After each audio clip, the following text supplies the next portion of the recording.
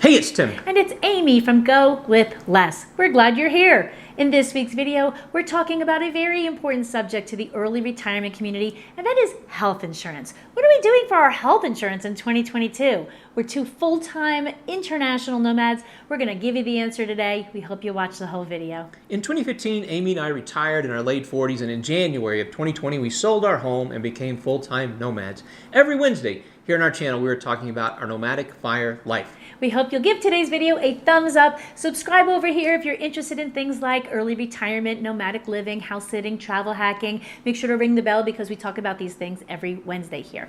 Now, before we get into the meat of the topic, we are going to do a little disclaimer that health insurance is incredibly personal. Tim and I are not experts. We're not insurance brokers, but we have done a lot of research to find the best plan for us. We would recommend that you do the research to find the best plan for you because it is incredibly unique and personal. And there is going to be a phenomenal resource that we have used at the end of this video, so definitely listen for that. Now, I'm going to take a moment to just give a highlight as to what we've been doing since we retired in 2015. Our first year paying for our own insurance was in January 2016. We were in Colorado as residents, and we were on the Colorado ACA, the Affordable Care Act. For 2016 and 2017, we had Cigna. We loved it. We had great doctors, and after 2 years, they stripped all the doctors out of the plan that we had, and we moved to a new plan, Bright Health. Bright Health, we weren't able to get any appointments with any doctors, so we switched to Kaiser Permanente the next year. All of these are on the Colorado ACA, and that was in 2019. We were on Kaiser Permanente. Now, we had plans to be out of the country starting 2020, and we weren't planning to be on an ACA plan. Of course, COVID happened, everything changed, and we ended up back on the ACA in Texas, where we were new residents with Blue Cross Blue Shield for 2021. They covered all kinds of stuff for us, including major surgery, colonoscopies, our shingles vaccines, which are expensive. So we really had a great experience with that. Now, I'm going to talk for a second about the little break in between mid-2018 to the end of 2020 when we had Liberty HealthShares. This is a health sharing ministry. It is not traditional health insurance, and Tim's going to talk about why we picked them, but I am going to say that why we left them is because their claims process was very difficult. It was hard to file claims, and it took a really, really long time to get paid out on them, but we had a really good reason for being with them at all. Yeah, so before we move on to talking about this health sharing stuff, I want to talk about the exchanges or the marketplaces where you buy ACA insurance. And so every state has a unique exchange or a unique marketplace where you go to purchase this insurance, and you put in all your details, and then it spits out what your premiums are going to be, et cetera, based upon your income. And so it is a great resource. And also there are brokers that can help you with these exchanges. If you're interested in purchasing insurance off the exchange, I would encourage you to reach out to a broker, even to help you with ACA insurance if you're looking to purchase that.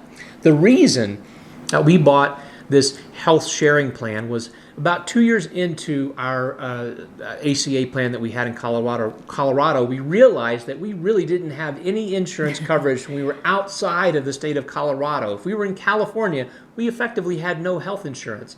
And so we didn't even know for 2 whole years. We didn't know for 2 whole years. So that was something, again, where if we had worked with a broker who sort of knew this information, they could have filled us in. But nonetheless, we realized we didn't have coverage. And so the thing that the health sharing plans offered is they would provide coverage with any doctor anywhere in the United States. And so that was part of the appeal of this plan. That's why we signed up for this plan, is we thought we would have coverage throughout the United States.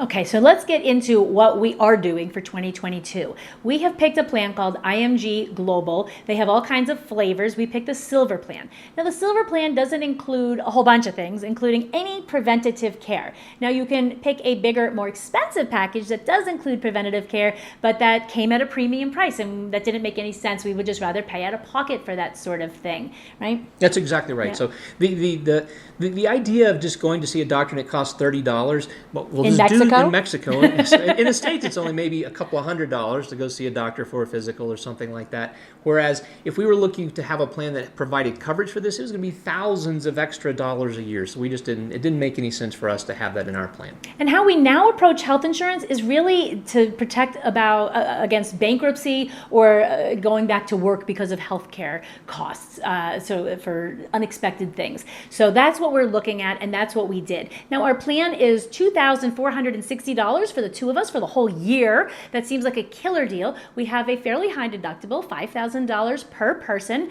If we are out of the States, that deductible cuts in half to $2,500. And it does cover us absolutely everywhere. The caveat is you are not allowed to be in the United States for more than 6 months. So it's kind of weird, I think, that people who are international viewers are maybe going to be surprised that we're not even allowed to be in our own country for more than 6 months a year because of our health insurance. But it is the best plan for us, and we don't plan to be in the country. So by comparison, just to compare that to our ACA plan, our ACA plan in Texas was highly subsidized. As a matter of fact, we paid no premiums, but if we were paying the premiums for that ACA plan that we were on in Texas, it was over $1,500 a month. So what's that? $18,000 a year it would have been to have this ACA plan, which likewise had a very high deductible. I think it was $6,000 that we had as a deductible for our ACA plan in the States. And so we think this is a phenomenal deal for the coverage that we're going to have going forward. Here's a caveat, though. When it comes to these expat plans or any plan that's not a group health insurance plan in the United States or an ACA plan, is that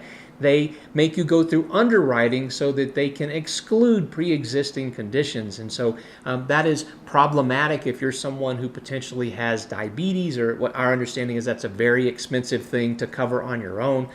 So I had some back surgery a few years ago. That back surgery would cost a lot of money if I had that. That is excluded because they're allowed to do that. So if I have an issue going forward, that could be tens of thousands of dollars. But again, we're looking for insurance just to provide coverage for things that might bankrupt us, and $10,000 even if it's 50, it'd be very painful, both physically in terms and on our wallet, but it wouldn't be anything that we're going to have to go back to work about.